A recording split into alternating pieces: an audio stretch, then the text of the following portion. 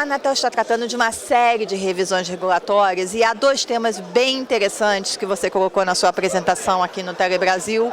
Uma é a questão da revisão da questão da banda larga, da questão do regime público, onde você defende que seja tratado mais o transporte do que o acesso. Eu gostaria que você falasse um pouco disso. E também a revisão do regulamento da interconexão, onde você colocou que pela primeira vez vai se tratar dos dados, até por conta dessa polêmica com os OTTs. Na questão da banda larga, o regime público é a melhor alternativa? Como é que você está enxergando essa questão?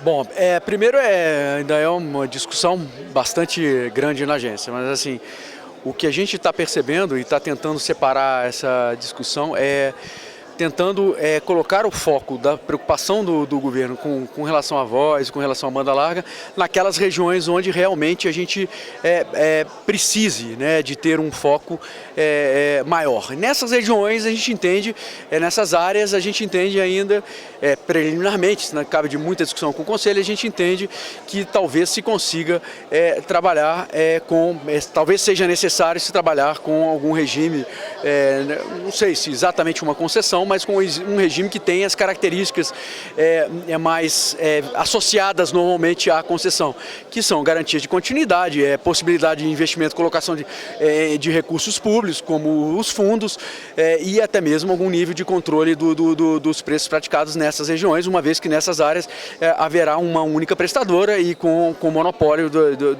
não só de voz, mas também de dados nessas áreas. Mas nesse modelo, qual é a defesa que você faz, por exemplo, para universalizar ainda mais? Porque a gente sabe que nas cidades grandes a gente tem um acesso melhor do que nas cidades menores. Você colocou a questão da fibra óptica. Como tratar isso? No fundo, o que se busca com essa discussão toda é criar um ambiente de atração de investimentos. O que se busca é tentar trazer para o setor um cenário onde não só os grandes prestadores interessados em investir no Brasil, mas os pequenos interessados também possam vir para ajudar nesse desafio enorme que a gente tem de massificação da banda larga. De levar a banda larga não só para as áreas mais atrativas, mas também buscar alternativas para que possa haver disponibilidade de banda larga nesses lugares menores.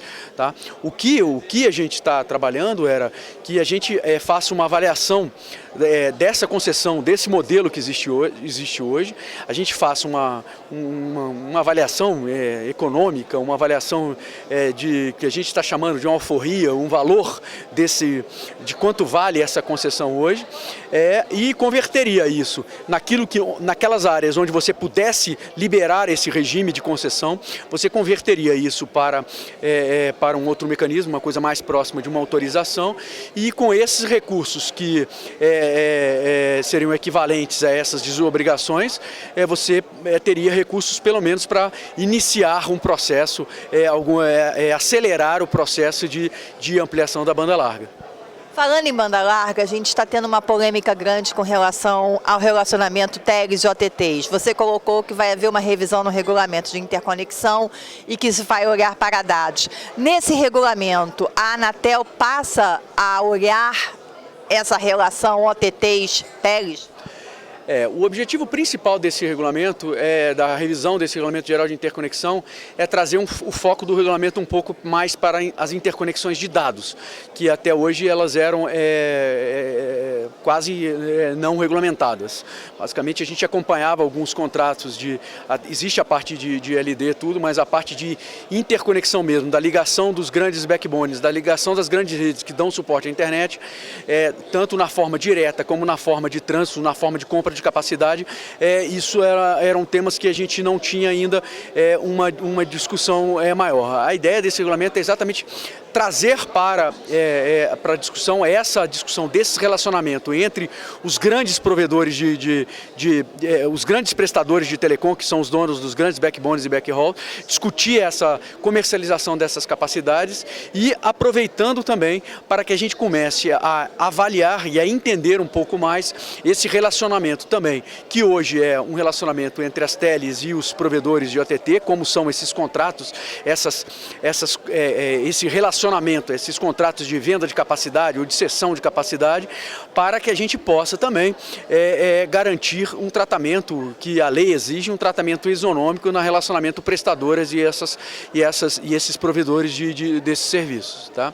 O WhatsApp, ele é legal ou ele não é legal? O Skype é legal ou não é legal? Como é que vocês enxergam isso? Porque o presidente da Anatel tem colocado que a Anatel não tem que interferir nessa negociação. Qual é a posição que vocês têm? Não, o fato é esse mesmo. A gente também, no momento que a gente coloca dentro do regulamento somente uma ideia de que a gente precisa acompanhar esse mercado para entender esse mercado, a gente não está regulamentando o mercado, a gente não está criando regra nenhuma para esse mercado. Agora a questão é uma questão de definição. A Lei Geral de Telecomunicações, quando ela fala desse serviço de valor adicionado, que são, para efeitos da Anatel, são caracterizados, os provedores desse serviço são caracterizados como usuário, e um usuário diferenciado, é óbvio, porque são usuários que compram grande capacidade, que colocam grande tráfego na rede das prestadoras, são usuários diferenciados. Quando a Lei Geral fala que o relacionamento entre as teles e esses provedores deva ser cuidado, né, avaliado pela Anatel, a gente entende que isso precisa ser bem esclarecido ainda, né? Existem algumas dúvidas. No fundo, a Lei Geral só fala que esses serviços são serviços de valor adicionado quando eles não se confundem com serviços de telecomunicações. Tá? Quando eles se confundem com serviços de telecomunicações, eles seriam serviços de telecomunicações. Tá? E aí, completamente bem mais regulamentados, cairiam dentro de uma regulamentação usual.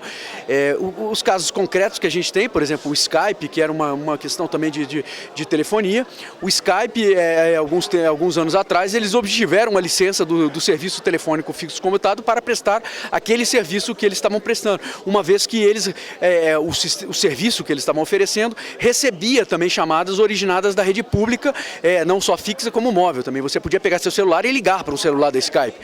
O WhatsApp você não consegue ligar do seu telefone fixo ou do seu telefone celular para o WhatsApp. O que você faz no WhatsApp é uma ligação de dentro do WhatsApp. Você fala com usuários do WhatsApp.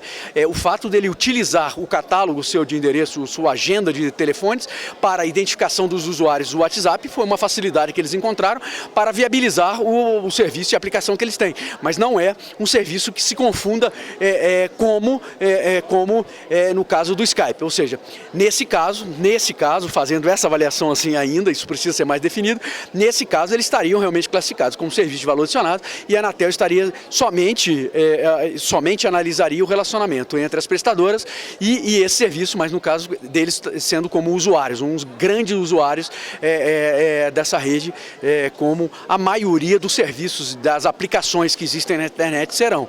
Tá? Normalmente elas não se confundem com serviços de telecomunicações. Normalmente elas adicionam valor a essa rede, elas trazem muito mais coisa para esse serviço. Mas no caso concreto precisa ser avaliado exatamente esse, é o grau que se confunde, é o nível que se confunde ou não esses serviços, essas aplicações com serviços de telecomunicações. Dentro da sua área, qual é o desafio que você se impõe ainda para 2015? Qual é o que mais mexe com a sua equipe? Não, essa discussão de revisão do modelo, ela é totalmente prioritária, porque ela precisa ser casada com a discussão de revisão dos contratos e com a discussão de PGMU e tudo. Então isso vai ter que acontecer até o final desse ano. Então a gente realmente tem um mega desafio, a gente está envolvendo quase a Anatel inteira nessa discussão. Tem muita gente trabalhando e tem muita gente de fora também da Anatel, os fabricantes, as prestadoras, a sociedade civil, que a gente está começando o envolvimento agora com todos os setores para aprofundar essa discussão. Então, eu acho que nesse momento é um momento de dificuldade econômica, a gente sabe que a gente precisa atrair investimentos e é um desafio muito grande a gente conseguir atrair esses investimentos para a massificação da banda larga, que a gente sabe que tem muito a ser feito ainda no país, nesse cenário. Então, o que a gente precisa fazer é criar garantia, estabilidade regulatória, simplificação regulatória, tudo aquilo que a gente puder fazer para que os investidores se sintam seguros e possam realmente buscar o Brasil como uma excelente opção de investimentos e, consequentemente, a gente conseguir fazer essa ampliação da banda larga aqui no Brasil.